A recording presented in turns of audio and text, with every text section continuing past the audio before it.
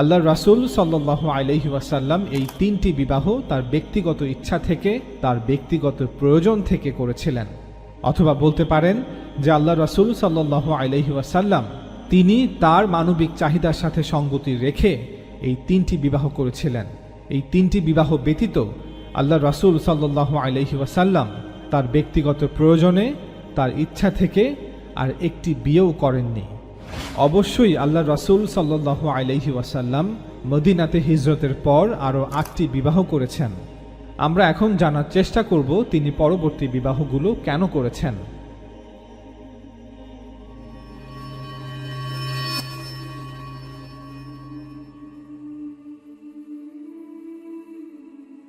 আমরা সবাই জানি যে ২৪-২৫ বছর বয়সে নবী সাল্লাল্লাহু আলাইহি ওয়াসাল্লাম খাদিজা রাদিয়াল্লাহু তাআলা আনহাকে বিয়ে করেছিলেন। এটি আপনি সাল্লাল্লাহু আলাইহি ওয়াসাল্লামের প্রথম বিবাহ ছিল। নিজেকে প্রশ্ন করুন, তিনি সাল্লাল্লাহু আলাইহি ওয়াসাল্লাম কাকে বিয়ে করেছিলেন? উত্তর, একজন বিধবাকে। সেই বিধবা যার সন্তানও ছিল। তিনি সাল্লাল্লাহু আলাইহি ওয়াসাল্লাম খাদিজা রাদিয়াল্লাহু তাআলা আনহাকে বিয়ে করেন। তারপরে তার সাথে আরও ২৫ বছর সংসার করেছিলেন। এই ২৫ বছরের মধ্যে তিনি ৫০ বছর বয়সে পৌঁছেছিলেন। অর্থাৎ যৌবনের পুরো সময়টা তিনি সাল্লাল্লাহু আলাইহি ওয়াসাল্লাম খাদিজা রাদিয়াল্লাহু তাআলা আনহার সাহচর্যে কাটিয়েছিলেন। এক মুহূর্তের জন্য এমনটা মনে করবেন না যে আরবদের মধ্যে একাধিক বিয়ে করা কোনো কঠিন বিষয় ছিল, অথবা বিবাহিত পুরুষকে নতুন করে বিয়ের প্রস্তাব দেয়া হতো না, অথবা বানু হাশিম গোত্রের একজন সম্মানিত ব্যক্তির জন্য একাধিক বিয়ে করা সামাজিকভাবে নিষিদ্ধ ছিল। মোটেও না। আরবদের অনেকেই একাধিক বিয়ে করত। বহু বিবাহ সামাজিকভাবে বেশ প্রচলিত ছিল। এত কিছুর পরেও ২৫ বছর ধরে নবী সাল্লাল্লাহু আলাইহি ওয়াসাল্লাম একবারও দ্বিতীয় বিয়ে করার কথা ভাবেননি।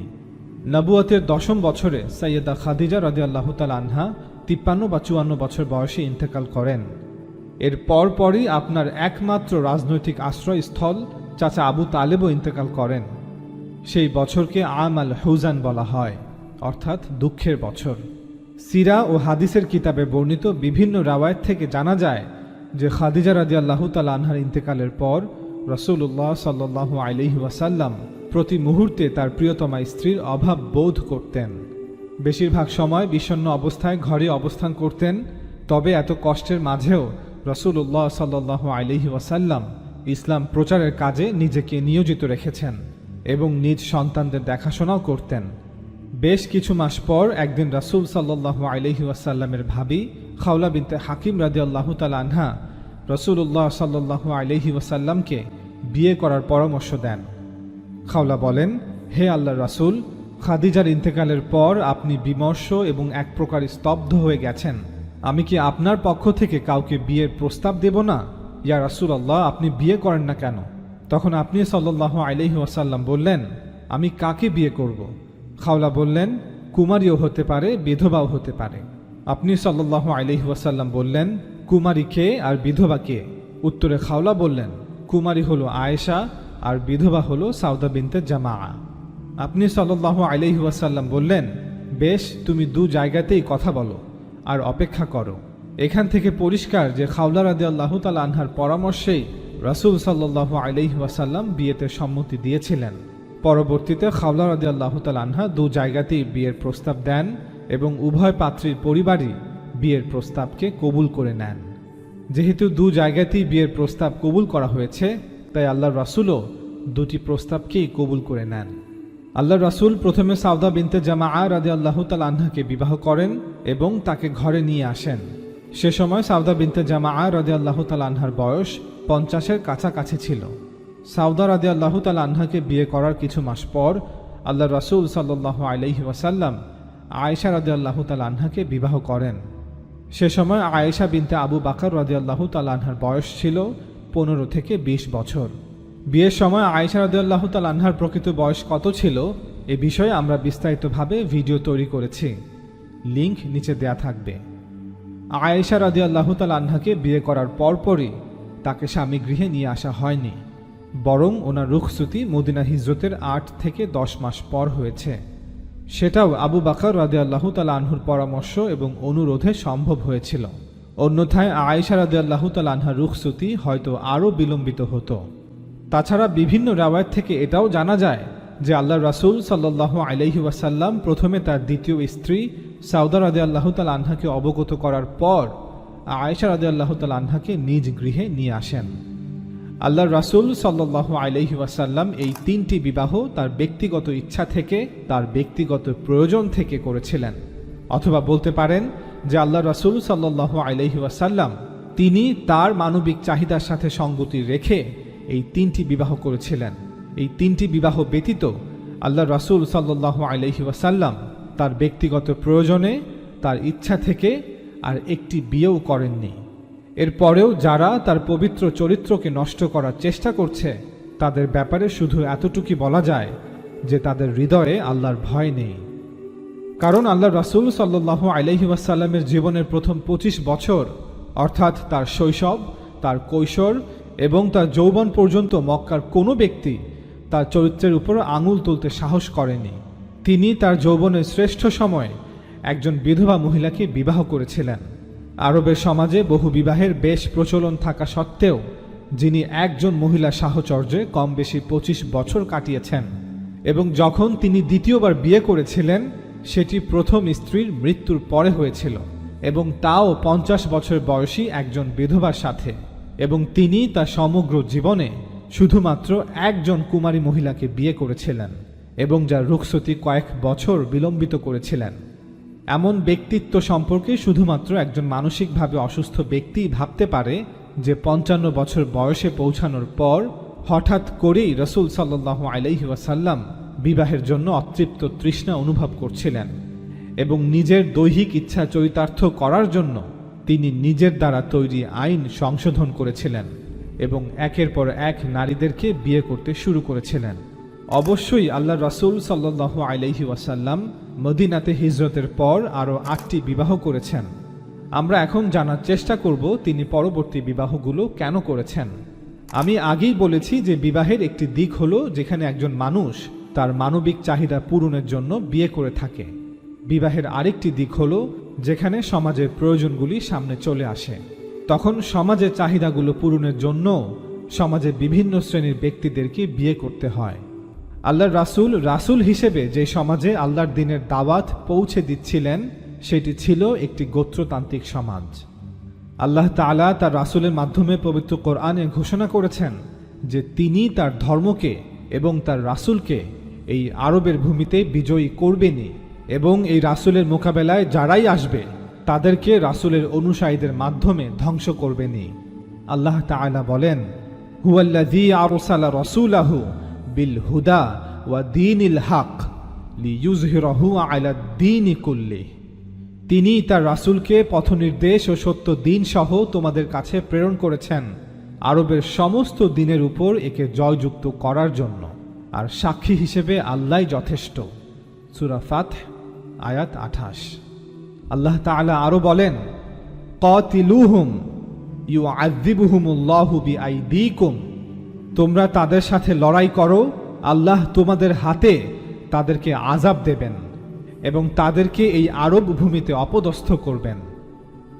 সূরা তাওবা আয়াত 14। এ বিষয়ে আমরা এই ভিডিও সিরিজে বিস্তারিতভাবে আলোচনা করেছি, লিংক নিচে দেয়া থাকবে। আল্লাহর দ্বীনকে আরবে বিজয় করতে হলে স্পষ্টতই বিরোধীদের বিরুদ্ধে যুদ্ধ হবে, উত্থান পতন হবে, আল্লাহর রাসূল এবং মুসলমানদের উপর বিভিন্ন বিপত্তি আপতিত হবে, হিজরত হবে, বাড়িঘর পরিত্যাগ করতে হবে, আল্লাহর জামাত এবং শয়তানের জামাতের মধ্যে মোকাবেলা হবে। এই সকল সংগ্রামগুলোকে বিবেচনায় রেখে এখন নিজেকে প্রশ্ন করুন যে মদিনায় হিজরতের পর কি এমন প্রয়োজন দেখা দিল যার ফলে আল্লাহর রাসূল সাল্লাল্লাহু আলাইহি ওয়াসাল্লামকে একাধিক বিয়ে করতে হয়েছিল। এই প্রশ্নের সংক্ষিপ্ত উত্তর হচ্ছে, আল্লাহর দ্বীনকে আরবে বিজয় করতে গিয়ে আল্লাহর রাসূল এবং মুসলমানদের এক দীর্ঘ সংগ্রাম আর যুদ্ধের সম্মুখীন হতে হয়েছিল।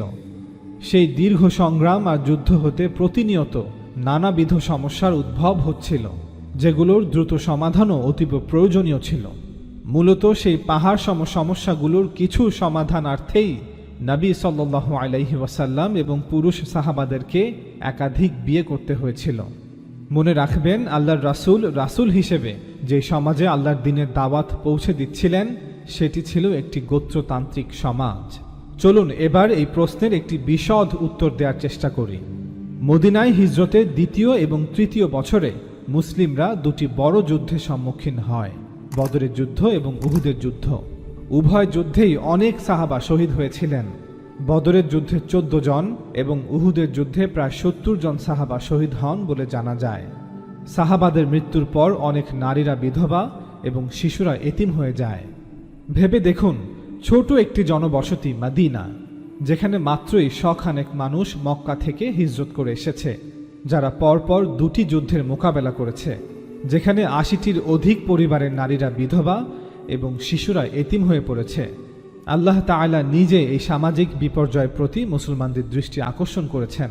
তিনি সূরা নিসাতে বলেন, ইয়াতিমদেরকে তাদের ধন সম্পত্তি বুঝিয়ে দাও এবং পবিত্রতার সাথে অপবিত্রতার বিনিময় করো না। তোমাদের ধন সম্পত্তির সাথে তাদের ধন সম্পত্তি মিশ্রিত করে ভোগ করো না। নিশ্চয়ই এটা গুরুতর অপরাধ। আর যদি তোমরা আশঙ্কা করো যে ইয়াতিমদের ব্যাপারে তোমরা ইনসাফ করতে পারবে না, তাহলে তোমরা নারীদেরকে বিয়ে করো, অর্থাৎ এই এতিমদের মাদেরকে বা তাদের বোনদেরকে বিয়ে করো, যাকে তোমাদের ভালো লাগে, 2টি, 3টি অথবা 4টি। আর যদি ভয় করো যে তোমরা একাধিক বিবিদের মধ্যে সমান আচরণ করতে পারবে না, তবে একটি বিয়ে করো। সূরা নিসা আয়াত 2 এবং 3। আল্লাহ তাআলা এই আয়াতগুলোর মাধ্যমে মুসলিমদের উপদেশ দিচ্ছেন যে এই নিষ্পাপ এতিমদের লালন পালন এখন তোমাদের দায়িত্ব। এই দায়িত্ব আদায় করতে গিয়ে যদি তাদের মা বা তাদের প্রাপ্তবয়স্ক বোনদের বিয়ে করতে হয়, তবে মুসলিম সমাজের পুরুষরা যেন এই ভালো কাজে এগিয়ে আসে। যেহেতু আরব সমাজে অনেক আগ থেকেই বহু বিবাহ প্রথা প্রচলিত আছে, তবে এই সামাজিক প্রথাকে কেন এমন ভালো কাজে ভালো উদ্দেশ্যে ব্যবহার করা হবে না, যাতে করে বিধবা নারীরা এবং তাদের সন্তানরা নতুন করে আশ্রয় খুঁজে পায়। আল্লাহ তাআলার এই নির্দেশ বা উপদেশ নাজিলের পর আল্লাহ রাসূল সাল্লাল্লাহু আলাইহি ওয়াসাল্লাম এবং সাহাবাদের মধ্যে সামর্থ্যবান অনেকেই এই বিধবা নারীদের বিবাহ করেন। আল্লাহ রাসূল সাল্লাল্লাহু আলাইহি ওয়াসাল্লাম আল্লাহ তাআলার এই আদেশ মোতাবেক এ সময় 3 জন বিধবা নারীকে বিবাহ করেন। প্রথম জন ছিলেন ওমর রাদিয়াল্লাহু তাআলা আনহুর কন্যা হাফসা বিনতে ওমর রাদিয়াল্লাহু তাআলা আনহা, দ্বিতীয় জন ছিলেন যায়েনব বিনতে খুজাইমা রাদিয়াল্লাহু তাআলা আনহা এবং তৃতীয় জন ছিলেন উম্মে সালামা বিনতে আবি উমাইয়া রাদিয়াল্লাহু তাআলা আনহা। আল্লাহর রাসূল সাল্লাল্লাহু আলাইহি ওয়াসাল্লামের চতুর্থ স্ত্রী হাফসা বিনতে ওমর রাদিয়াল্লাহু তাআলা আনহা বদরের যুদ্ধে বিধবা হয়েছিলেন, যখন তার স্বামী খুনাইস ইবনে হুযাইফা বদরের যুদ্ধে নিহত হন। আল্লাহর রাসূলের পঞ্চম স্ত্রী যায়েনব বিনতে খুজাইমা রাদিয়াল্লাহু তাআলা আনহাও বদরের যুদ্ধে বিধবা হয়েছিলেন। তিনি উবাইদা ইবনুল হারিসের স্ত্রী ছিলেন।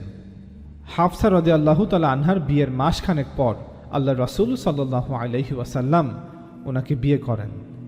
আল্লাহর রাসূলের ষষ্ঠ স্ত্রী উম্মে সালামা রাদিয়াল্লাহু তাআলা আনহা উহুদ যুদ্ধে বিধবা হয়েছিলেন। তিনি আল্লাহর রাসূল সাল্লাল্লাহু আলাইহি ওয়াসাল্লামের পালক ভাই আবু সালামা রাদিয়াল্লাহু তাআলা আনহুর স্ত্রী ছিলেন। উহুদের যুদ্ধে আবু সালামা ইন্তেকাল করলে আল্লাহর রাসূল সাল্লাল্লাহু আলাইহি ওয়াসাল্লাম উম্মে সালামা রাদিয়াল্লাহু তাআলা আনহাকে বিবাহ করেন। আল্লাহর রাসূল সাল্লাল্লাহু আলাইহি ওয়াসাল্লামের সাথে ওনার পঞ্চম স্ত্রী যায়েনব বিনতে খুজাইমা রাদিয়াল্লাহু তাআলা আনহার বিয়ে মাত্র কয়েক মাস স্থায়ী হয়েছিল। বিয়ের কয়েক মাস পর তিনি ইন্তেকাল করেন। মৃত্যুকালে ওনার বয়স ছিল প্রায় 30 বছর। আল্লাহর রাসূল তাকে জান্নাতুল বাকিতে নিয়ে যান এবং জানাজার নামাজ পড়েন। তারপর তার 3 ভাই লাশ রাখার জন্য তার কবরে নেমে আসেন এবং এভাবেই তার দাফন সম্পন্ন হয়। আল্লাহর রাসূলের ষষ্ঠ স্ত্রী উম্মে সালামা রাদিয়াল্লাহু তাআলা আনহার রুখসতি না হওয়া পর্যন্ত মসজিদের পাশে ওনার কামরাটি 6 মাস খালি ছিল। যায়েনব বিনতে খুজাইমা রাদিয়াল্লাহু তাআলা আনহার ইন্তেকালের পর আল্লাহর রাসূল সাল্লাল্লাহু আলাইহি ওয়াসাল্লামের ঘরে এখন মোট 4 জন স্ত্রী ছিলেন। সাউদা রাদিয়াল্লাহু তাআলা আনহা, আয়েশা রাদিয়াল্লাহু তাআলা আনহা, হাফসা রাদিয়াল্লাহু তাআলা আনহা এবং উম্মে সালামা রাদিয়াল্লাহু তাআলা আনহা।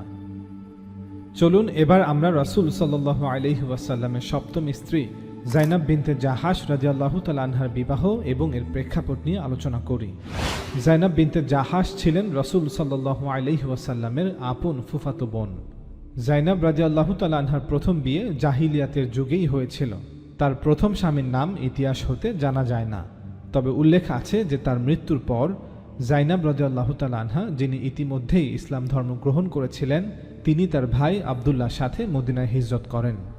মদিনায় হিজরতের পর কোনো এক সময় আল্লাহ রাসূল সাল্লাল্লাহু আলাইহি ওয়াসাল্লাম তার দত্তক পুত্র যায়েদ ইবনে হারিসা রাদিয়াল্লাহু তাআলা আনহার সাথে বিধবা জাইনাব রাদিয়াল্লাহু তাআলা আনহার বিবাহের ব্যবস্থা করেন। জাইনাব রাদিয়াল্লাহু তাআলা আনহা এবং ওনার ভাই আব্দুল্লাহ প্রথমে এ প্রস্তাবে সম্মতি না দিলেও পরবর্তীতে আল্লাহ রাসূলের পরামর্শে বিয়েতে রাজি হন। কারণ জাইনাব রাদিয়াল্লাহু তাআলা আনহা অভিজাত কুরাইশ বংশের ছিলেন। অন্যদিকে হারিসার পুত্র যায়েদ রাদিয়াল্লাহু তাআলা আনহু একজন প্রাক্তন কৃতদাস ছিলেন। ছোটবেলায় মায়ের সাথে সফর অবস্থায় একদল লুটেরা বাহিনী তাকে অপহরণ করে বিক্রি করে দেয়। হাকিম ইবনে হিজাম যায়েদকে তার ফুফু খাদিজা রাদিয়াল্লাহু তাআলা আনহার জন্য কিনে নেন। আল্লাহ রাসূল সাল্লাল্লাহু আলাইহি ওয়াসাল্লামের সাথে খাদিজা রাদিয়াল্লাহু তাআলা আনহার বিয়ের পর যায়েদ রাদিয়াল্লাহু তাআলা আনহু তাদের পরিবারের একজন সদস্য হিসেবেই লালিত পালিত হতে থাকেন।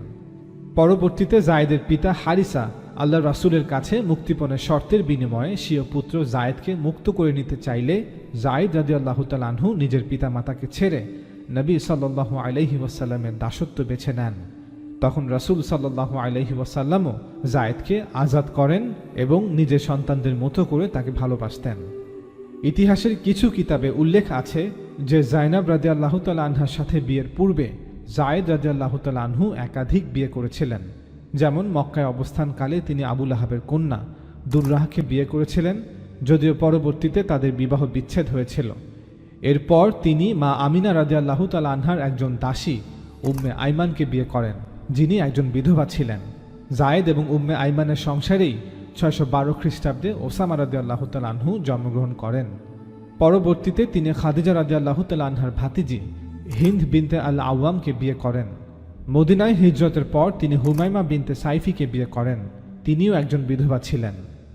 এই 4টি বিয়ের বিষয়ে ইতিহাসের কিছু কিতাবে উল্লেখ থাকলেও আমরা শুধুমাত্র একটি বিয়ের বিষয়ে নিশ্চয়তা প্রদান করতে পারি যে এটা ইতিহাসের অংশ, আর সেটি হলো যায়েদ বিন হারিসা রাদিয়াল্লাহু তাআলা আনহু এর সাথে মা আমিনা রাদিয়াল্লাহু তাআলা আনহার হাবশি দাসী উম্মে আইমানের বিবাহ। আল্লাহ রাসূল সাল্লাল্লাহু আলাইহি ওয়াসাল্লাম উম্মে আইমানকে নিজের মায়ের মতো দেখতেন। খাদিজা রাদিয়াল্লাহু তাআলা আনহাকে বিয়ের পর কোনো এক সময় রাসূলুল্লাহ সাল্লাল্লাহু আলাইহি ওয়াসাল্লাম উম্মে আইমানকে আজাদ করে উবাইদ ইবনে যায়েদের সাথে বিয়ে দিয়েছিলেন। তাদের ঘরে আইমান নামে একটি পুত্র সন্তান জন্মগ্রহণ করে, সেই থেকে ওনার নাম হয় উম্মে আইমান, অর্থাৎ আইমানের মা। ওনার আসল নাম ছিল বারাকা বিনতে সাআলাবা। পরবর্তীতে আল্লাহ রাসূলের নবুয়ত লাভের পর তার আরেক আজাদকৃত দাস যায়েদ বিন হারিসা রাদিয়াল্লাহু তাআলা আনহু উম্মে আইমান রাদিয়াল্লাহু তাআলা আনহাকে বিয়ে করেন। মদিনায় হিজরতের কয়েক বছর পর যায়েদ বিন হারিসা রাদিয়াল্লাহু তাআলা আনহু জাইনাব বিনতে জাহাশ রাদিয়াল্লাহু তাআলা আনহাকে বিয়ে করেন। যেহেতু জাইনাব রাদিয়াল্লাহু তাআলা আনহা বিধবা ছিলেন, তাই আল্লাহ রাসূল সাল্লাল্লাহু আলাইহি ওয়াসাল্লাম নিজেরই ফুফাতো বোনকে নিজেরই আজাদকৃত দাস এবং পালক পুত্রের পক্ষ হতে বিয়ের প্রস্তাব দেন। আল্লাহ রাসূল সাল্লাল্লাহু আলাইহি ওয়াসাল্লাম নিজে দুই পক্ষকে এই বিয়ের জন্য রাজি করেছিলেন। এখানে একটি প্রশ্ন আসতে পারে যে কেন আল্লাহ রাসূল সাল্লাল্লাহু আলাইহি ওয়াসাল্লাম জাইনাব রাদিয়াল্লাহু তাআলা আনহাকে বিয়ের প্রস্তাব দিয়েছিলেন যাতে করে তিনি যায়েদ রাদিয়াল্লাহু তাআলা আনহুকে বিয়ে করেন। এর উত্তরে আমরা দাস প্রথা নিয়ে সংক্ষেপে আলোচনা করতে চাই, কারণ এ বিষয়ে আলোচনা থেকেই আমরা উপরে বর্ণিত প্রশ্নের একটি উত্তর পেয়ে যাব। নৈতিকতার দৃষ্টিভঙ্গি থেকে সে সময় সমাজের সবচেয়ে বড় সমস্যা ছিল দাস প্রথা। পবিত্র কোরআন বলছে যে দাস প্রথা এমন যেন একজন মানুষ আরেকজন মানুষের গলায় পশুর মতোই বেড়ি পরিয়ে রেখেছে। ইসলাম দাস প্রথা বিলুপ্ত করতে চেয়েছে, এজন্য বিভিন্ন ব্যবস্থাও নেওয়া হয়েছিল। একটি মৌলিক বিষয় যা পবিত্র কোরআনে উল্লেখ করা আছে এবং যা দাস প্রথা অবসানের ঘোষণা ছিল তা হল বদরের যুদ্ধ এবং ভবিষ্যতের যে কোনো যুদ্ধে যখনই যুদ্ধবন্দীদের বন্দী করা হবে তারা শুধুই যুদ্ধবন্দী হবে এবং তাদের দাস বানানো যাবে না। আর যখন এই যুদ্ধবন্দীদের বন্দী করা হবে তখন কেবল দুটি অবস্থায় থাকবে। মুসলিমরা চাইলে তাদেরকে এমনিতেই মুক্ত করে দিবে, অন্যথায় ফিদিয়া বা মুক্তিপণের বিনিময়ে তাদের মুক্ত করে দেয়া হবে। যতক্ষণ মুক্তিপণ আদায় করতে না পারবে ততক্ষণ তারা যুদ্ধবন্দী হিসেবে বন্দী থাকবে। বদরের যুদ্ধের পূর্ব মুহূর্তে আল্লাহ তাআলা রাসূল সাল্লাল্লাহু আলাইহি ওয়াসাল্লামের কাছে এই আয়াত নাজিল করে মুসলিমদের সাধারণভাবে জানিয়ে দেন, অতএব তোমরা যখন কাফিরদের সাথে যুদ্ধে অবতীর্ণ হও তখন তাদের ঘাড়ে আঘাত করো যাতে তারা মৃত্যুর স্বাদ আস্বাদন করে। পরিশেষে তোমরা যখন তাদেরকে সম্পূর্ণভাবে পরাস্ত করবে তখন তাদেরকে শক্তভাবে বেঁধে ফেলো অর্থাৎ তাদেরকে যুদ্ধবন্দী হিসেবে পাকড়াও করো, তারপর হয় অনুগ্রহ করে ছেড়ে দাও, না হয় মুক্তিপণ আদায় করে ছেড়ে দাও। সূরা মুহাম্মদ আয়াত 4। বদরের যুদ্ধের পূর্বে যখন কোরআন এইভাবে যুদ্ধবন্দীদের বিষয়ে নির্দেশ দিয়েছে, তখন যুদ্ধবন্দীদের দাস বানানো অথবা তাদের হত্যা করার প্রথা চিরতরে বিলুপ্ত হয়ে গিয়েছে। এই আয়াত ছিল দাস প্রথা বিলুপ্তির প্রথম পর্যায়, অর্থাৎ যখন একটি মৌলিক পদক্ষেপ নেওয়া হয়েছিল। এই মৌলিক পদক্ষেপের পরে দাস প্রথা বিষয়ে আরেকটি বিষয় বাকি ছিল। আমরা নতুন করে দাস বানানোর দরজা বন্ধ করে দিয়েছিলাম, ফলে ভবিষ্যতে আর কাউকে দাস করা সম্ভব হবে না। তবে বিদ্যমান দাসদের নিয়ে কি করা হবে? বিদ্যমান কৃতদাসরা সমাজে অনেক পিছিয়ে ছিল। সমাজে পিছিয়ে পড়া মানুষদের মর্যাদা পুনঃপ্রতিষ্ঠা করা, স্বাধীন মানুষদের সমমর্যাদায় তাদেরকে নিয়ে আসা, এটা একদিনে বা একটি মাত্র আদেশে সম্ভব হয় না। তাই আল্লাহ তাআলা বেশ কিছু দীর্ঘমেয়াদী ব্যবস্থা গ্রহণ করেছিলেন, যার মাধ্যমে বিদ্যমান দাসদের মর্যাদা সমাজে বৃদ্ধি করা যায়। এর মধ্যে একটি হলো, আল্লাহ তাআলা বলেন, তোমাদের মালিকানাধীন দাস দাসীদের মধ্যে যারা মুক্তির জন্য লিখিত চুক্তি করতে চায়, তাদের সাথে তোমরা লিখিত চুক্তি করো। যদি তোমরা তাদের মধ্যে কল্যাণ আছে বলে জানতে পারো, তবে আল্লাহ তোমাদেরকে যে সম্পদ দিয়েছেন তার থেকে তোমরা তাদেরকে দাও। সূরা নূর আয়াত 33।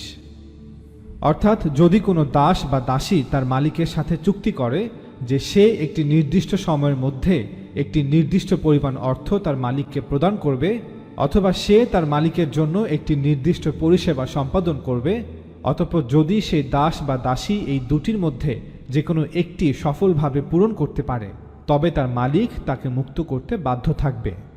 উপরোক্ত আয়াতে আল্লাহ তাআলা স্বাধীন মুসলমানদেরকেও নির্দেশ দিয়েছেন যে যদি কোনো দাস বা দাসী নিজের মুক্তির জন্য তার মালিকের সাথে চুক্তি করতে চায় এবং সে আর্থিকভাবে এর সামর্থ্য রাখে, তবে তার মালিক সেই দাস বা দাসীর সাথে চুক্তিতে চুক্তিবদ্ধ হতে বাধ্য থাকবে। এই আয়াতে আরও বলা হয়েছে যে একটি মুসলিম সরকারের উচিত হবে বায়তুল মাল বা সরকারি কোষাগার হতে অর্থ ব্যয় করা, যাতে করে এই ধরনের দাস দাসীদের মুক্তির জন্য তাদেরকে আর্থিকভাবে সাহায্য করা যায়। এই আয়াত থেকে এটাও পরিষ্কার যে এখন থেকে দাস দাসীরাই তাদের সিদ্ধান্তের মালিক।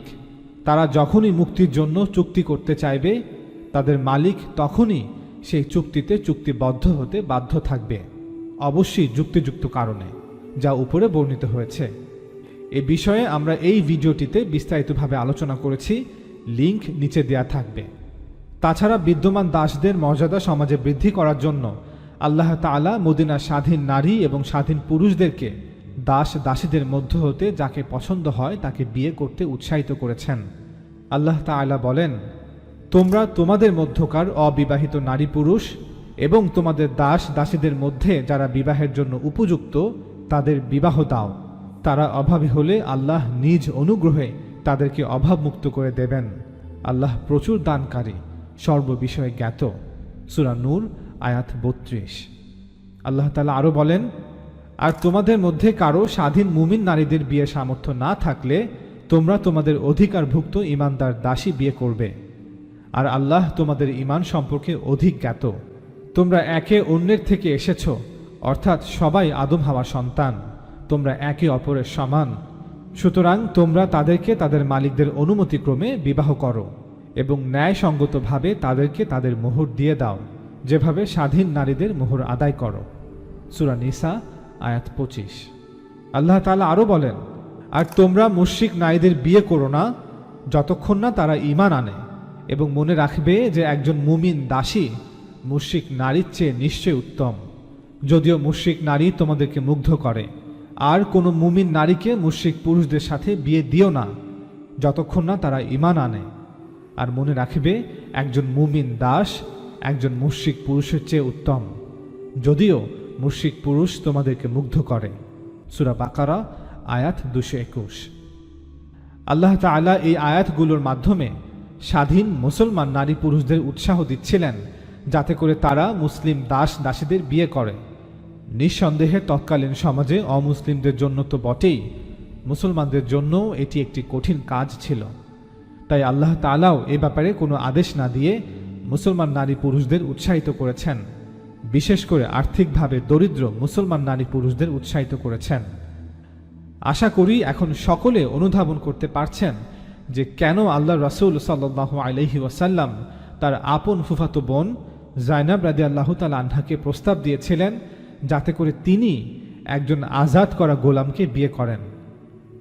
যেহেতু সমাজের মানুষ দাস দাসীকে বিয়ে করা স্বাভাবিক মনে করত না, তাই আল্লাহ রাসূল আল্লাহ তাআলার উপদেশ বাস্তবায়নে চেষ্টা করেছিলেন যাতে করে সমাজ থেকে এই নেতিবাচক মনোভাব দূর হয়ে যায়। জাইনাব রাদিয়াল্লাহু তাআলা আনহার সাথে যায়েদ রাদিয়াল্লাহু তাআলা আনহুর বিয়ের পর থেকেই বেশ কিছু সমস্যা দেখা দেয়। তাদের মধ্যে স্বাভাবিক কারণেই সামঞ্জস্য ছিল না। আমাদের মনে রাখতে হবে যে সামাজিক সংস্কার বা সমাজের মানুষের দৃষ্টিভঙ্গি কিছু পদক্ষেপ বা সিদ্ধান্তের মাধ্যমেই পরিবর্তিত হয় না, এজন্য প্রয়োজন দীর্ঘ সময়। চলুন এ পর্যায়ে আমরা জেনে নেই যে আল্লাহ তাআলা এ বিষয়ে কি বলেছেন। আল্লাহ তাআলা বলেন, আল্লাহ যাকে অনুগ্রহ করেছেন এবং আপনিও যার প্রতি অনুগ্রহ করেছেন, আপনি তাকে বারবার বলেছিলেন, জায়েদ, তুমি তোমার স্ত্রীর সাথে সম্পর্ক বজায় রাখো এবং আল্লাহকে ভয় করো। আর আপনি আপনার অন্তরে গোপন করছিলেন এমন কিছু যা আল্লাহ প্রকাশ করে দিচ্ছেন, এবং আপনি লোকদেরকে ভয় করছিলেন, অথচ আল্লাহকেই ভয় করা আপনার পক্ষে অধিকতর সঙ্গত। অতঃপর জায়েদ যখন তার স্ত্রীর সাথে বিবাহ সম্পর্ক ছিন্ন করল, তখন আমি তাকে আপনার সাথে বিবাহ বন্ধনে আবদ্ধ করলাম, যাতে মুমিনদের পোষ্যপুত্রদের স্ত্রীদেরকে স্ত্রী হিসেবে গ্রহণ করতে কোনো সমস্যা না হয় যখন তারা অর্থাৎ পোষ্যপুত্ররা নিজ স্ত্রীর সাথে বিবাহ সম্পর্ক ছিন্ন করে, আর আল্লাহর আদেশ কার্যকর হয়েই থাকে। সূরা আহজাব আয়াত 37। এই আয়াত থেকে আমরা জানতে পারলাম যে জায়েদ রাদিয়াল্লাহু তাআলা আনহু এমন ব্যক্তি ছিলেন যাকে আল্লাহ তাআলা এবং আল্লাহর রাসূল উভয়ই অনুগ্রহ করেছেন। আল্লাহ উনাকে মুসলিম হওয়ার এবং রাসূল সাল্লাল্লাহু আলাইহি ওয়াসাল্লামের সাহাবী হওয়ার তৌফিক দান করেছেন। অন্যদিকে আল্লাহ রাসূল সাল্লাল্লাহু আলাইহি ওয়াসাল্লাম তার প্রতি এমন ভালোবাসা ও স্নেহ প্রদর্শন করেছিলেন যে লোকেরা মনে করেছিল তিনি তার সাল্লাল্লাহু আলাইহি ওয়াসাল্লামের দত্তক পুত্র। রাসূল সাল্লাল্লাহু আলাইহি ওয়াসাল্লাম তাকে দাসত্ব থেকেও মুক্ত করেন এবং তাকে তার ফুফাতো বোনের সাথে বিয়ে দেন। এর ফলে জায়েদ রাদিয়াল্লাহু তাআলা আনহু রাসূল সাল্লাল্লাহু আলাইহি ওয়াসাল্লামের পরিবারের সদস্য এবং আত্মীয় হওয়ার সৌভাগ্য লাভ করেছিলেন। এর চেয়ে বড় কোনো পারিবারিক সম্মান আর হতেই পারে না। এই আয়াতে ব্যবহৃত তাকুলু শব্দ থেকে এটা পরিষ্কার যে জায়েদ রাদিয়াল্লাহু তাআলা আনহু আল্লাহর রাসূল সাল্লাল্লাহু আলাইহি ওয়াসাল্লামের সামনে বেশ কয়েকবার তার মতামত ব্যক্ত করেছেন যে তিনি বিবাহ বিচ্ছেদ চাচ্ছেন, এবং প্রত্যেকবারই রাসূল সাল্লাল্লাহু আলাইহি ওয়াসাল্লাম তাকে থামানোর চেষ্টা করেছেন। রাসূল সাল্লাল্লাহু আলাইহি ওয়াসাল্লাম তাকে পরামর্শ দিচ্ছিলেন যেন তিনি কোনো যুক্তিসঙ্গত কারণ ছাড়াই তার স্ত্রী জাইনাবকে তালাক না দেন। রাসূলুল্লাহ সাল্লাল্লাহু আলাইহি ওয়াসাল্লাম এটি বলেছিলেন কারণ জায়েদ রাদিয়াল্লাহু তাআলা আনহু মনে করছিলেন যে জাইনাব রাদিয়াল্লাহু তাআলা আনহা তার পরিবারের উচ্চ মর্যাদার কারণে তার স্বামীর উপর তার শ্রেষ্ঠত্ব অনুভব করছিলেন। সার্বিক প্রেক্ষাপট বিবেচনা করলে এটা অনুমান করা যায় যে তাদের মধ্যে হয়তো স্বাভাবিক কোনো সম্পর্কই স্থাপিত হয়নি। এই আয়াত থেকে এটাও প্রতীয়মান হয় যে জাইনাব রাদিয়াল্লাহু তাআলা আনহার মনোভাবের চেয়ে জায়েদ রাদিয়াল্লাহু তাআলা আনহুর অতিরিক্ত সংবেদনশীলতাই সম্ভবত এই সিদ্ধান্তের কারণ ছিল। রাসূল সাল্লাল্লাহু আলাইহি ওয়াসাল্লামের অনেক ভালোবাসা ও স্নেহ সত্ত্বেও তিনি তার দাসত্বের সময় ভুলে যাননি। জায়েদ রাদিয়াল্লাহু তাআলা আনহু ভেবেছিলেন যে এই সকল অবস্থার একমাত্র সমাধান ছিল বিবাহ বিচ্ছেদ। এতে জাইনাবের কষ্টের প্রতিকার হবে এবং তিনিও পুরো বিষয়টির ভারী বোঝা থেকে মুক্তি পাবেন। বিবাহ বিচ্ছেদের পর জাইনাব রাদিয়াল্লাহু তাআলা আনহার জন্য পুরো বিষয়টি কতটা গুরুতর হয়ে উঠেছে একবার ভাবুন। একজন বিধবা নারী যিনি রাসূল সাল্লাল্লাহু আলাইহি ওয়াসাল্লামের সমাজ সংস্কারমূলক কাজে এগিয়ে আসার চেষ্টা করেছেন এবং সেই লক্ষ্যে নিজের মামাতো ভাইয়ের আজাদকৃত দাসকে বিয়ে করতে রাজিও হয়েছেন। মনে রাখবেন, এ ধরনের বিয়ে তৎকালীন আরব সমাজে সহজ ছিল না। আজাদকৃত দাসকে স্বামী হিসেবে গ্রহণ করাও একজন স্বাধীন নারীর পক্ষে সহজ ছিল না। এখন তার সাথে সাথে আরও একটি বিষয় যোগ হলো যে অল্প সময়ের ব্যবধানেই তিনি এখন একজন তালাকপ্রাপ্তা নারী, সেই আজাদকৃত দাসের দ্বারা তালাকপ্রাপ্ত হয়েছেন। এখন দুটি সমস্যা দেখা দিয়েছে। একটি হলো এই বিবাহ বিচ্ছেদের পর জাইনাব রাদিয়াল্লাহু তাআলা আনহার দিলদারির জন্য এখন কি করা যায়, অর্থাৎ আল্লাহর রাসূল সাল্লাল্লাহু আলাইহি ওয়াসাল্লাম যার পরামর্শে তিনি এই বিয়ে করেছেন তিনি তাকে কিভাবে সান্ত্বনা দিবেন বা তাকে কি বলবেন। দ্বিতীয়টি হলো আল্লাহ রাসূল সাল্লাল্লাহু আলাইহি ওয়াসাল্লাম জানতেন যে জাইনাব রাদিয়াল্লাহু তাআলা আনহা প্রথম থেকেই আপনার সহধর্মিণী হতে চেয়েছিলেন, কিন্তু এখন জাইনাব রাদিয়াল্লাহু তাআলা আনহাকে বিবাহের প্রস্তাব দিলে মদিনার মুনাফিকরা নানা রকম কটূক্তিকর কথা অপবাদ মদিনায় ছড়িয়ে বেড়াবে। এজন্যই আল্লাহ রাসূল সাল্লাল্লাহু আলাইহি ওয়াসাল্লাম বারবার যায়েদ রাদিয়াল্লাহু তাআলা আনহুকে তালাক দিতে নিষেধ করেছিলেন, কারণ তিনি জানতেন এই বিবাহ বিচ্ছেদ হলে পরবর্তীতে কি হতে চলেছে। লক্ষ্য করুন আল্লাহ তাআলা কি বলেছেন সূরা আহজাবের ৩৭ নং আয়াতে, আল্লাহ যাকে অনুগ্রহ করেছেন এবং আপনিও যার প্রতি অনুগ্রহ করেছেন, আপনি তাকে বারবার বলেছিলেন, যায়েদ তুমি তোমার স্ত্রীর সাথে সম্পর্ক বজায় রাখো, তাকে তালাক দিও না এবং আল্লাহকে ভয় করো। আর আপনি আপনার অন্তরে গোপন করছিলেন এমন কিছু যা আল্লাহ প্রকাশ করে দিচ্ছেন, এবং আপনি লোকদেরকে ভয় করছিলেন, অথচ আল্লাহকেই ভয় করা আপনার পক্ষে অধিকতর সঙ্গত। এই আয়াতে স্পষ্ট বলা হচ্ছে যে আল্লাহ রাসূল সাল্লাল্লাহু আলাইহি ওয়াসাল্লাম লোকদেরকে ভয় করছিলেন, এবং আল্লাহ তাআলা বলছেন যে আপনি তাদের কথাকে মোটেও ভয় করবেন না। এখন প্রশ্ন আসতে পারে, তিনি সাল্লাল্লাহু আলাইহি ওয়াসাল্লাম কেন মুনাফিকদের ভয় করছিলেন? এর উত্তরে তাবাকাত ইবন সাআদে বলা হয়েছে যে সে সময় মুনাফিক নারী পুরুষরা জঘন্য প্রচারণা চালিয়েছিল যে রাসূলুল্লাহ সাল্লাল্লাহু আলাইহি ওয়াসাল্লাম তার দত্তক পুত্রের তালাকপ্রাপ্ত স্ত্রীকে বিয়ে করেছেন এবং তার ইতিমধ্যেই 4টি স্ত্রী রয়েছে, অথচ তিনি নিজেই ঘোষণা করেছেন যে কেউ একই সময়ে 4টির বেশি স্ত্রী রাখতে পারে না। ইতিহাস থেকে প্রতীয়মান হয় যে এই 4 জন স্ত্রী ছিলেন সাউদা রাদিয়াল্লাহু তাআলা আনহা, আয়েশা রাদিয়াল্লাহু তাআলা আনহা, হাফসা রাদিয়াল্লাহু তাআলা আনহা এবং উম্মে সালামা রাদিয়াল্লাহু তাআলা আনহা, এবং এখন জাইনাব বিনতে জাহাশ রাদিয়াল্লাহু তাআলা আনহা। মুনাফিকদের অপবাদের বিপরীতে আল্লাহ তাআলা তার রাসূলকে সাহস দিচ্ছেন যে আপনি আমার রাসূলদের মধ্যে একজন, দিনের বিষয়ে আল্লাহ ব্যতীত অন্য কাউকে বা কিছুকে ভয় করা উচিত নয়। এটি কোনো তিরস্কার নয়, বরং আল্লাহ তার রাসূলকে স্মরণ করে দিচ্ছেন। এই আয়াতে আরও বলা হচ্ছে যে আপনি আপনার অন্তরে গোপন করছিলেন এমন কিছু যা আল্লাহ প্রকাশ করে দিচ্ছেন। এখন প্রশ্ন হচ্ছে, রাসূল সাল্লাল্লাহু আলাইহি ওয়াসাল্লাম তার অন্তরে কি লুকিয়ে রেখেছিলেন এবং আল্লাহ তাআলা কি প্রকাশ করলেন? এর উত্তর হলো, যেহেতু রাসূল সাল্লাল্লাহু আলাইহি ওয়াসাল্লাম এই বিয়েতে মূল সহায়ক ছিলেন, কারণ তিনি কৃতদাসদের মর্যাদা বাড়াতে চেয়েছিলেন, তাই এই বিয়ে সফল হোক এটা তার গভীর ইচ্ছা ছিল। এ কারণেই তিনি যায়েদ রাদিয়াল্লাহু তাআলা আনহুকে তালাক দেওয়া থেকে বিরত রাখার জোর চেষ্টা করেন। নবী সাল্লাল্লাহু আলাইহি ওয়াসাল্লাম মনে করেছিলেন যে যদি তালাক হয়ে যায় তবে জাইনাব রাদিয়াল্লাহু তাআলা আনহা দ্বিগুণ ক্ষতি অনুভব করবেন। তাকে সান্ত্বনা দেওয়ার জন্য এবং গোটা পরিস্থিতি সংশোধন করার একমাত্র বিকল্প হবে যে তিনি সাল্লাল্লাহু আলাইহি ওয়াসাল্লাম নিজেই তাকে বিয়ে করবেন। এমনটা হলে নিশ্চিতভাবেই মুনাফিকরা ব্যাপক প্রচার চালাবে যে দেখো মুহাম্মদ তার দত্তক পুত্রের স্ত্রীকে বিয়ে করেছে, তাই তিনি জাইনাব রাদিয়াল্লাহু তাআলা আনহার সাথে বিয়ের সম্পর্কে জড়াতে চাননি। অতএব কারণে তিনি সাল্লাল্লাহু আলাইহি ওয়াসাল্লাম এই বিবাহ বিচ্ছেদ আটকাতে চেয়েছিলেন, কিন্তু আল্লাহ চেয়েছিলেন যাতে এই বিবাহ সংঘটিত হয়। এর ফলে নবী সাল্লাল্লাহু আলাইহি ওয়াসাল্লামের মাধ্যমে জাহিলিয়াতের যুগের একটি ভুল প্রথার সংস্কার হবে। আল্লাহ তাআলা আরও চেয়েছিলেন যে তার রাসূল যেন ধর্মের বিষয়ে মুনাফিকদের তিরস্কারের পরোয়া না করেন এবং মুনাফিকদের মোকাবেলায় এমনটা বাস্তবেও করে দেখান। আর আল্লাহ তাআলা এইভাবে সকলের কাছে প্রকাশ করলেন যে এখন থেকে জাইনাব রাসূল সাল্লাল্লাহু আলাইহি ওয়াসাল্লামের স্ত্রী। এই আয়াত থেকে আমরা এটাও পরিষ্কার করে জানতে পারলাম যে জাইনাব রাদিয়াল্লাহু তাআলা আনহা আপনি সাল্লাল্লাহু আলাইহি ওয়াসাল্লামকে অনেক আগ থেকেই স্বামী হিসেবে কামনা করছিলেন, কিন্তু প্রকাশ করতে পারছিলেন না। আর আল্লাহ তাআলা নিশ্চয়ই কাউকে জোর করে আপনার সহধর্মিণী করবেন না। তিনি নিশ্চয়ই তার সিদ্ধান্ত তার বান্দা বান্দীদের উপর চাপিয়ে দেন না। তিনি তো মানুষের সকল ইচ্ছাই জানেন, আর তিনি জাইনাব রাদিয়াল্লাহু তাআলা আনহার ইচ্ছা পূরণ করেছেন। এরপর আল্লাহ তাআলা বলেন, অতঃপর জায়েদ যখন তার স্ত্রীর সাথে বিবাহ সম্পর্ক ছিন্ন করল, তখন আমি তাকে আপনার সাথে বিবাহ বন্ধনে আবদ্ধ করলাম, যাতে মুমিনদের পোষ্যপুত্রদের স্ত্রীদেরকে স্ত্রী হিসেবে গ্রহণ করতে কোনো সমস্যা না হয় যখন তারা অর্থাৎ পোষ্যপুত্ররা নিজ স্ত্রীর সাথে বিবাহ সম্পর্ক ছিন্ন করে, আর আল্লাহর আদেশ কার্যকর হয়েই থাকে।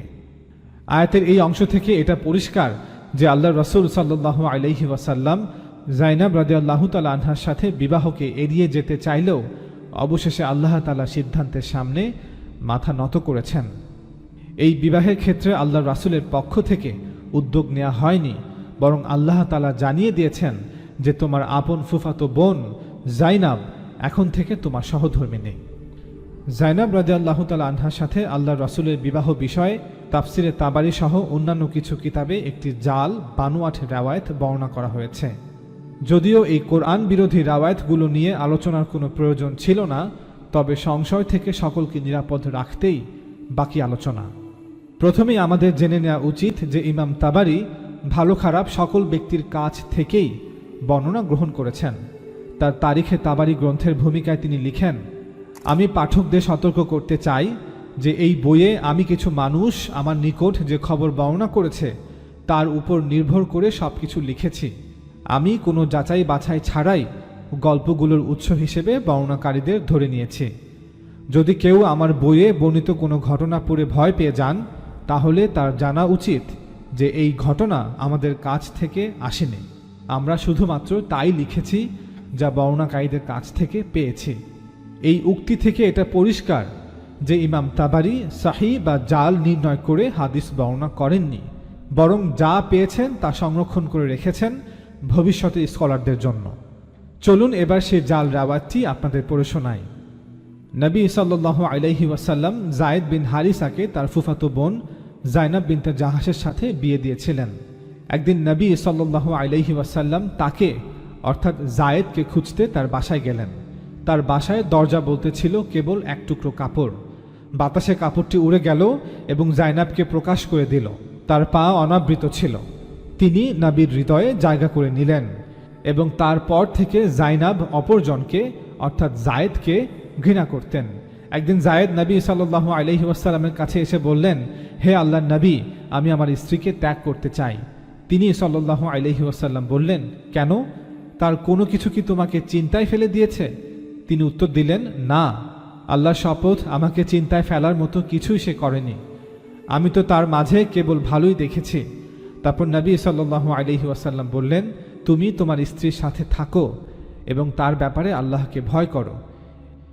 এই জাল রাওয়ায়াতগুলোর বিপরীতে হাফিজ ইবনে হাজার আসকালানি তার বিখ্যাত কিতাব ফাথুল বারিতে লিখেন, হুসাইন রাদিয়াল্লাহু তাআলা আনহুর পুত্র আলী জাইনুল আবিদিন বলেছেন, জাইনাব রাদিয়াল্লাহু তাআলা আনহার সাথে বিয়ের আগেই আল্লাহ তার নবী সাল্লাল্লাহু আলাইহি ওয়াসাল্লামকে জানিয়ে দিয়েছিলেন যে জাইনাব তার স্ত্রীগণের মধ্যে শামিল হবেন। তারপর যখন যায়েদ রাদিয়াল্লাহু তাআলা আনহু নবী সাল্লাল্লাহু আলাইহি ওয়াসাল্লামের কাছে এসে জাইনাব সম্পর্কে নিজের অসন্তুষ্ট মনোভাব প্রকাশ করলেন, তখন নবী সাল্লাল্লাহু আলাইহি ওয়াসাল্লাম যায়েদকে বলেছিলেন, আল্লাহকে ভয় করো এবং তোমার স্ত্রীর সাথে সম্পর্ক বজায় রাখো। আল্লাহ তাআলা বলেন, আমি আপনাকে জানিয়েছিলাম যে আপনি জাইনাবের সাথে বিবাহ বন্ধনে আবদ্ধ হবেন, তারপরও আপনি তা নিজের কাছে গোপন রেখেছিলেন, অথচ আল্লাহ যা ইরাদা করেছেন তা তো সম্পাদিত হবেই। আমাদের ব্যাখ্যা ওনার এই ব্যাখ্যার কাছাকাছি, যা উপরোক্ত আলোচনায় উল্লেখ করা হয়েছে। এরপর ইবনে হাজার যেসব বর্ণনায় একথা রয়েছে যে রাসূল সাল্লাল্লাহু আলাইহি ওয়াসাল্লামের মনে জাইনাব রাদিয়াল্লাহু তাআলা আনহার প্রতি আকর্ষণ তৈরি হয়েছিল এবং তিনি তার সৌন্দর্যে মুগ্ধ হয়েছিলেন, সেই সব বর্ণনার দুর্বলতার কারণগুলো উল্লেখ করেছেন এইভাবে। 1. এই কাহিনী সম্বলিত বর্ণনাগুলো সনদের বিচারে নিতান্তই দুর্বল। 2. যদি তিনি সাল্লাল্লাহু আলাইহি ওয়াসাল্লাম জাইনাব রাদিয়াল্লাহু তাআলা আনহার মহব্বতের ব্যাপারটিকে লুকাতেন, তাহলে আল্লাহ তা প্রকাশ করে দিতেন, কিন্তু আল্লাহ প্রকাশ করেছেন তাদের মধ্যে বিবাহ বন্ধনের কথা। আর কোরআনের আয়াত থেকে পরিষ্কার আল্লাহ তাআলা কি প্রকাশ করেছেন। 3. রাসূল সাল্লাল্লাহু আলাইহি ওয়াসাল্লাম নিজেই যায়েদ বিন হারিসার সাথে জাইনাবের বিয়ের প্রস্তাব নিয়ে নিজ ফুফুর কাছে গিয়েছিলেন এবং তিনি সাল্লাল্লাহু আলাইহি ওয়াসাল্লাম জাইনাব রাদিয়াল্লাহু তাআলা আনহাকে ছোটকাল থেকেই বড় হতে দেখেছেন, তার কৈশোর দেখেছেন, তার যৌবন দেখেছেন। তাহলে তখন কেন ওনার অন্তরে তার প্রতি মহাব্বত পয়দা হলো না? কেন নিজ পালক পুত্রের সাথে বিবাহের পরই ওনার অন্তরে মহাব্বত পয়দা হবে? জাইনাব বিনতে জাহাশ রাদিয়াল্লাহু তাআলা আনহার সাথে আল্লাহ রাসূল সাল্লাল্লাহু আলাইহি ওয়াসাল্লামের বিয়ের কিছুদিন পর পবিত্র কোরআনের সূরা আহজাবেই আল্লাহ রাসূলের বিয়ে সংক্রান্ত একটি পূর্ণাঙ্গ বিধান অবতীর্ণ হয়েছে। এ বিষয়ে আমরা আজকের পর্বে আলোচনা করব ইনশাআল্লাহ। আমরা গত পর্বে আলোচনা করেছি যে জাইনাব রাদিয়াল্লাহু তাআলা আনহাকে সান্ত্বনা দেওয়া বা তার দিলদারির জন্য এবং জাহিলিয়াতের একটি প্রথাকে সংস্কার করার জন্য আল্লাহ তাআলা জাইনাব রাদিয়াল্লাহু তাআলা আনহাকে রাসূল সাল্লাল্লাহু আলাইহি ওয়াসাল্লামের স্ত্রী হিসেবে ঘোষণা করেছিলেন। ইতিপূর্বে এটাও উল্লেখ করা হয়েছে যে তখন রাসূল সাল্লাল্লাহু আলাইহি ওয়াসাল্লামের 4 জন স্ত্রী ছিল: সাউদা রাদিয়াল্লাহু তাআলা আনহা, আয়েশা রাদিয়াল্লাহু তাআলা আনহা, হাফসা রাদিয়াল্লাহু তাআলা আনহা এবং উম্মে সালামা রাদিয়াল্লাহু তাআলা আনহা। পবিত্র কোরআনে সূরা নিসার 3 নং আয়াতের স্পষ্ট নির্দেশ ছিল কোনো মুসলমান একসঙ্গে 4 জনের বেশি স্ত্রী রাখতে পারবে না। তাই জাইনাব রাদিয়াল্লাহু তাআলা আনহাকে বিয়ে করার পর রাসূল সাল্লাল্লাহু আলাইহি ওয়াসাল্লাম তার কোনো একজন স্ত্রীকে তালাক দেবেন কিনা তা নিয়ে প্রশ্ন উঠেছে। অন্যথায় একসাথে 5 জন স্ত্রী রাখতে হবে। অথচ এমনটা হলে এটা কোরআনের আদেশের প্রকাশ্য লঙ্ঘন। সূরা আহজাবের 50 থেকে 52 নং আয়াতে এই প্রশ্নে সুনির্দিষ্ট একটি উত্তর দেয়া হয়েছে এবং বলা হয়েছে যে জাইনাবকে বিয়ে করার কারণে অন্য কোনো স্ত্রীকে তালাক দেওয়ার কোনো প্রয়োজন নেই। এই আয়াতগুলোতে রাসূল সাল্লাল্লাহু আলাইহি ওয়াসাল্লামের জন্য বিবাহের সংখ্যার নিষেধাজ্ঞা তুলে নেওয়া হয়েছিল, যা সাধারণ মুসলমানদের উপর আরোপ করা হয়েছিল, অর্থাৎ একটি বিশেষ আইন যা বিশেষভাবে নবী সাল্লাল্লাহু আলাইহি ওয়াসাল্লামের জন্য ছিল। তবে তার সাথে সাথে নবী সাল্লাল্লাহু আলাইহি ওয়াসাল্লামের উপর আরোপ করা হয়েছিল বেশ কিছু নতুন বিধিনিষেধ, যা সাধারণ মুসলমানদের জন্য ছিল না। আমরা প্রথমে এই আয়াতগুলো আপনাদের পড়ে শোনাবো, তারপর এর ব্যাখ্যায় যাব। আফগান পাকিস্তান সীমান্ত অঞ্চল চিত্রালে তৈরি আফগানি পাকুল বা পাশতুন টুপি সংগ্রহ করতে আমাদের দ্য বিলিভার্স উক ফেসবুক পেজে অথবা হোয়াটসঅ্যাপ নাম্বারে অর্ডার করুন। অর্ডার করতে নিচে ডেসক্রিপশন বক্সে দেয়া লিঙ্কে ক্লিক করুন।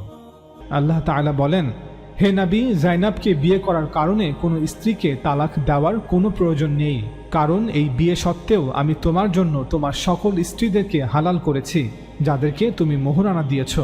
আর আল্লাহ তোমাকে ফাই হিসেবে যাদের দিয়েছেন তন্মধ্যে তোমার ডান হাত যাদের অধিকারী তাদেরকেও তোমার জন্য হালাল করেছি, অর্থাৎ যুদ্ধের গনিমত হিসেবে লব্ধ যুদ্ধবন্দী নারীদের মধ্য হতে যারা তোমার অধিকারে এসেছে তাদেরকেও তোমার জন্য হালাল করেছি।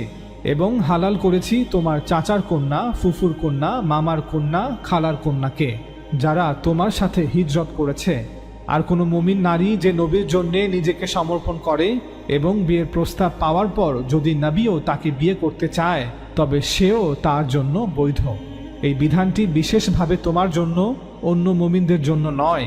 আমি অবশ্যই জানি মুমিনদের স্ত্রী এবং তাদের মালিকানাধীন দাসীগণ সম্বন্ধে তাদের উপর যা নির্ধারিত করেছি। এই কারণে এটি শুধুমাত্র তোমার জন্য একটি নির্দেশনা যাতে তোমার কোনো অসুবিধা না হয় তোমার দায়িত্ব পালনে। আর আল্লাহ ক্ষমাশীল, পরম দয়ালু। সূরা আহজাব আয়াত 50। এর পরের আয়াতে আল্লাহ তাআলা বলেন, স্ত্রীদের মধ্য থেকে যাকে ইচ্ছা তার পালা তুমি পিছিয়ে দিতে পারো, যাকে ইচ্ছা কাছে রাখতে পারো। যাকে তুমি সরিয়ে রেখেছ তাকে যদি কামনা করো তাতে তোমার কোনো অপরাধ নেই। এটা নিকটতর যে এতে করে তাদের চক্ষু শীতল হবে, তারা কষ্ট পাবে না, এবং তুমি তাদের যা দিয়েছ তাতে তারা সবাই সন্তুষ্ট হবে। আর তোমাদের অন্তরে যা আছে আল্লাহ তা জানেন, এবং আল্লাহ সর্বজ্ঞ, পরম সহনশীল। সূরা আহজাব আয়াত 51। সর্বশেষ 52 নং আয়াতে আল্লাহ তাআলা বলেন, এরপর তোমার জন্য এদের অতিরিক্ত অন্য কোনো স্ত্রী গ্রহণ হালাল নয়, এবং তোমার স্ত্রীদের তালাক দিয়ে তাদের পরিবর্তে অন্য স্ত্রী গ্রহণ করাও তোমার জন্য হালাল নয়, যদিও অন্যদের সৌন্দর্য তোমাকে বিমোহিত করে, তবে তোমার মালিকানাধীন দাসী ছাড়া। আর আল্লাহ সকল কিছুর উপরে সজাগ দৃষ্টি রাখেন। সূরা আহজাব আয়াত 52। এই 3টি আয়াতে আল্লাহ তাআলা 3টি বিষয় উল্লেখ করেছেন। সর্বপ্রথম 50 নং আয়াতে আল্লাহ তাআলা তার রাসূলকে বলেন, জাইনাব রাদিয়াল্লাহু তাআলা আনহাকে বিয়ের পরও আপনি সাল্লাল্লাহু আলাইহি ওয়াসাল্লাম চাইলে শুধুমাত্র নিম্নলিখিত 3টি উদ্দেশ্য নিয়ে বিয়ে করতে পারবেন, অর্থাৎ নিম্নলিখিত 3টি কারণ বা উদ্দেশ্যের জন্য অতিরিক্ত বিবাহ চুক্তি করা যেতে পারে। সেই উদ্দেশ্যগুলো হলো: 1. সম্ভ্রান্ত পরিবারের নারীরা যারা এখন রাসূল সাল্লাল্লাহু আলাইহি ওয়াসাল্লামের যুদ্ধবন্দী, অর্থাৎ যে সকল সম্ভ্রান্ত পরিবারের নারীরা যারা যুদ্ধের ফলে বন্দী হয়ে রাসূল সাল্লাল্লাহু আলাইহি ওয়াসাল্লামের নিয়ন্ত্রণে এসেছে, এমন পরিস্থিতিতে যদি সে রাজি হয় তবে আপনি তাকে বিয়ে করতে পারেন, যাতে সমাজে তাদের পূর্বের সেই মর্যাদা, সম্মান এবং অবস্থান বজায় থাকে। এই আয়াতে ওয়ামা মালাকাত ইয়ামিনুক, অর্থাৎ তোমার ডান হাত যাদের অধিকারী, এই শব্দগুলোর পরে মিম্মা আফা আল্লাহ আলাইক অর্থাৎ আল্লাহ তোমাকে ফায় হিসেবে যাদের দিয়েছেন এই শব্দগুলো এসেছে।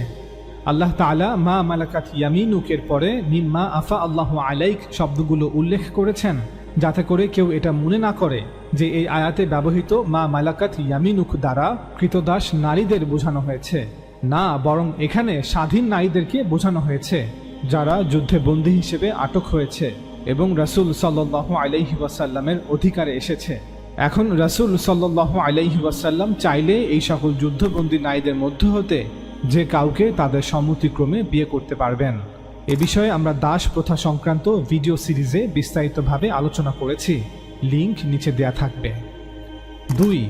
রাসূল সাল্লাল্লাহু আলাইহি ওয়াসাল্লামের চাচাতো বোন, ফুফাতো বোন, মামাতো বোন, খালাতো বোন যারা দিনের জন্য নিজের ঘর বাড়ি, পরিবার পরিজন, আত্মীয় স্বজন সব কিছু ত্যাগ করে হিজরত করেছেন। সুতরাং আল্লাহ রাসূল সাল্লাল্লাহু আলাইহি ওয়াসাল্লাম এই নারীদের দিলদারির জন্য, তাদেরকে সম্মানিত করার জন্য, তাদের সন্তুষ্টির জন্য যদি বিয়ে করতে চান তবে তিনি সাল্লাল্লাহু আলাইহি ওয়াসাল্লাম এমনটা করতে পারবেন। 3. সেই সব নারীরা যারা আল্লাহ রাসূল সাল্লাল্লাহু আলাইহি ওয়াসাল্লামের কাছে নিজেকে নিবেদন বা সমর্পণ করেছে, তাদের মধ্যে কেউ যদি শুধুমাত্র আল্লাহ রাসূলের সাথে সম্পর্ক করার জন্য দুনিয়া এবং কিয়ামতের দিন নবীর স্ত্রী হওয়া সৌভাগ্য এবং মর্যাদা লাভের জন্য নিজেকে রাসূল সাল্লাল্লাহু আলাইহি ওয়াসাল্লামের কাছে পেশ করে, তখন আপনি সাল্লাল্লাহু আলাইহি ওয়াসাল্লাম চাইলে সেই সকল নারীদের সন্তুষ্টির জন্য তাদের বিয়ে করতে পারবেন। একজন নারীর যে এই আকাঙ্ক্ষা থাকতে পারে তা অনেক মানুষ যারা শুধু পার্থিব জগৎ নিয়ে ব্যস্ত তারা বুঝতেও পারে না।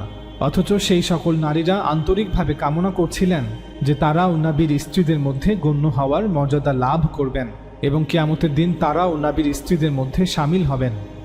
বিয়ে সংক্রান্ত এই পূর্ণাঙ্গ বিধানে দ্বিতীয় আরেকটি গুরুত্বপূর্ণ বিষয় যা আল্লাহ তাআলা তার রাসূলকে বলেছেন, যেহেতু এই বিবাহগুলি ধর্মীয় দায়িত্ব পালনের জন্য হবে, অর্থাৎ ব্যক্তিগত ইচ্ছা বা ব্যক্তিগত প্রয়োজন থেকে নয়, বরং আল্লাহ তার রাসূলের উপর দায়িত্ব অর্পণ করেছেন, অতএব কারণে রাসূল সাল্লাল্লাহু আলাইহি ওয়াসাল্লামের উপর তার স্ত্রীদের সাথে সম্পূর্ণ ন্যায়সঙ্গত এবং সমান সম্পর্ক বজায় রাখার দায়িত্ব অর্পণ করা হচ্ছে না। অর্থাৎ আল্লাহ তাআলা সকল মুসলমানদের আদেশ করেছেন যে আমরা যদি একাধিক বিয়ে করি তাহলে আমরা বাধ্য সকল স্ত্রীর সাথে সমান আচরণ করতে এবং সমানভাবে সময় দিতে, কিন্তু রাসূল সাল্লাল্লাহু আলাইহি ওয়াসাল্লামের জন্য এই বাধ্যবাধকতা তুলে নেওয়া হয়েছিল। এর কারণ হলো রাসূল সাল্লাল্লাহু আলাইহি ওয়াসাল্লাম আল্লাহ তাআলার একত্ববাদ এবং আল্লাহর ধর্মকে এই আরবের ভূমিতে বিজয়ী করতে গিয়ে যুদ্ধসহ বিভিন্ন অনিশ্চিত এবং পরিবর্তনশীল অবস্থার সম্মুখীন হচ্ছিলেন এবং এগুলোর কিছু সমাধানার্থে আল্লাহর আদেশে অন্য মুসলমানদের তুলনায় অধিক বিয়ে করতে হয়েছিল। অতএব কারণে তার পক্ষে সকল স্ত্রীদের মধ্যে সমতা বজায় রাখা সম্ভব ছিল না। তবে ইতিহাসে বিভিন্ন কিতাবে বর্ণিত বিভিন্ন রাওয়ায়াতে উল্লেখ আছে যে নবী সাল্লাল্লাহু আলাইহি ওয়াসাল্লাম সবসময় চেষ্টা করতেন সকল স্ত্রীকে সমানভাবে সময় দিতে। বিয়ে সংক্রান্ত এই পূর্ণাঙ্গ বিধানে তৃতীয় গুরুত্বপূর্ণ বিষয়টি ছিল অন্য সকল নারী রাসূল সাল্লাল্লাহু আলাইহি ওয়াসাল্লামের জন্য হারাম ছিল। অর্থাৎ একবার এই 3 শ্রেণীর নারীদের মধ্যে কাউকে বিয়ে করলে তাদের আর তালাক দেয়া যাবে না, অথবা তালাক দিয়ে অন্য কাউকে তাদের স্থলে বিয়ে করাও যাবে না। এখন রাসূল সাল্লাল্লাহু আলাইহি ওয়াসাল্লামের কোনো নারীকে যতই পছন্দ হোক না কেন, এখান থেকে এটা স্পষ্ট যে শুধু বিয়ে করা উদ্দেশ্য নয়, বরং একটি ধর্মীয় দায়িত্ব যা রাসূল সাল্লাল্লাহু আলাইহি ওয়াসাল্লামের উপর অর্পণ করা হচ্ছে, যা তিনি সাল্লাল্লাহু আলাইহি ওয়াসাল্লাম পালন করেছেন। তাই এখানে পছন্দ অপছন্দ, সৌন্দর্য লাবণ্য, ব্যক্তিগত আকাঙ্ক্ষা এসব কোথায়? মানুষের ইচ্ছার সাথে এর সম্পর্ক কোথায়? এটি একটি বাধ্যবাধকতা যা পূরণ করতে হবে। আল্লাহ তাআলা চান যে সেই সব নারীরা যারা তাওহীদের আহ্বানে সাড়া দিয়েছেন, যারা আল্লাহর ধর্মকে বিজয়ী করতে গিয়ে এবং এর ফলে তীব্র কষ্ট ও মানসিক আঘাতের শিকার হয়েছেন, অথবা যে সকল মুমিন নারীরা তাদের মধ্যে তীব্র আকাঙ্ক্ষা রাখে যে তারা রাসূলের স্ত্রীদের মধ্যে শামিল হবেন, নবী যেন তাদের প্রস্তাব গ্রহণ করেন এবং তাদেরকে নিজেও বিয়ের প্রস্তাব দেন। নিঃসন্দেহে এই নারীদের জন্য এই বিধান ছিল তাদের প্রভুর কাছ থেকে নিখুঁত করুণার প্রকাশ। এরপর এই সূরার 53 নং আয়াতে আল্লাহ তাআলা বলেন, হে ঈমানদারগণ, রাসূলের মৃত্যুর পর তার স্ত্রীদেরকে বিয়ে করা তোমাদের জন্য কখনো বৈধ নয়। অর্থাৎ একদিকে আল্লাহর রাসূল জীবিত থাকাকালীন অন্য কাউকে বিয়ে করতে পারবেন না, তার কোনো স্ত্রীকে তালাক দিতে পারবেন না, অন্যদিকে তার মৃত্যুর পর ওনার কোনো স্ত্রী নতুন করে কাউকে বিয়ে করতেও পারবেন না। এই আয়াতগুলো থেকে আমরা বুঝতে পারলাম যে কোনো নারী যদি নবীর স্ত্রীদের মধ্যে সামিল হতে চায় তবে তাকে এই শর্তগুলো মেনে নিয়ে বিয়ের প্রস্তাব দিতে হবে। এই সূরার 28 নং আয়াত থেকে 33 নং আয়াতে আল্লাহ তাআলা বলেন, হে নবী, তুমি তোমার স্ত্রীদেরকে বলো, যদি তোমরা দুনিয়ার জীবন ও তার চাকচিক্য কামনা করো তবে আসো আমি তোমাদের ভোগ বিলাসের ব্যবস্থা করে দেই এবং উত্তম পন্থায় তোমাদের বিদায় করে দেই। আর যদি তোমরা আল্লাহ ও তার রাসূল ও পরকালীন নিবাস কামনা করো তবে তোমাদের মধ্য থেকে সৎকর্মশীলদের জন্য আল্লাহ অবশ্যই মহান প্রতিদান প্রস্তুত করে রেখেছেন। হে নবী পত্নীগণ, তোমাদের মধ্যে যে কেউ প্রকাশ্য অশ্লীল কাজ করবে তার জন্য আযাব দ্বিগুণ করা হবে, আর এটা আল্লাহর পক্ষে সহজ। আর তোমাদের মধ্যে যে কেউ আল্লাহ ও তার রাসূলের আনুগত্য করবে এবং নেক আমল করবে আমি তাকে দ্বিগুণ প্রতিদান দেব এবং আমি তার জন্য প্রস্তুত রেখেছি সম্মানজনক রিজিক। হে নবী পত্নীগণ, তোমরা অন্য নারীদের মতো নও।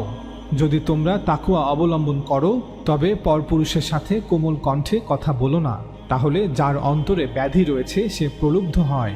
আর তোমরা ন্যায়সঙ্গত কথা বলবে। আর তোমরা নিজ গৃহে অবস্থান করবে এবং প্রাক জাহিলি যুগের মতো সৌন্দর্য প্রদর্শন করো না।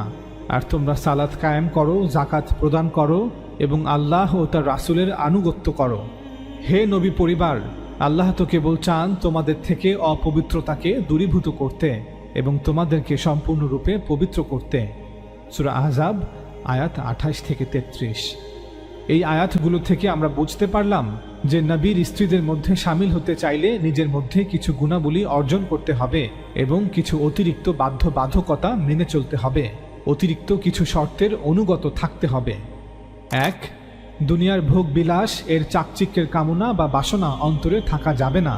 অর্থাৎ ভবিষ্যতে কোনো নারী নবীকে বিয়ের প্রস্তাব দিতে চাইলে অথবা যুদ্ধবন্দী কোনো নারী নবী কর্তৃক বিয়ের প্রস্তাব গ্রহণ করতে চাইলে অথবা অনেক পূর্বেই যারা নবীর স্ত্রী হওয়ার সৌভাগ্য অর্জন করেছেন তারাও যদি বাকি জীবনটা নবীর স্ত্রী হিসেবে তার সঙ্গী হতে চান, পাশাপাশি জান্নাতেও নবীর স্ত্রী হওয়ার মর্যাদা লাভ করতে চান, তবে যেন নিজের অন্তরে দুনিয়ার ভোগ বিলাস আর আরাম আয়েশের কামনা না করেন।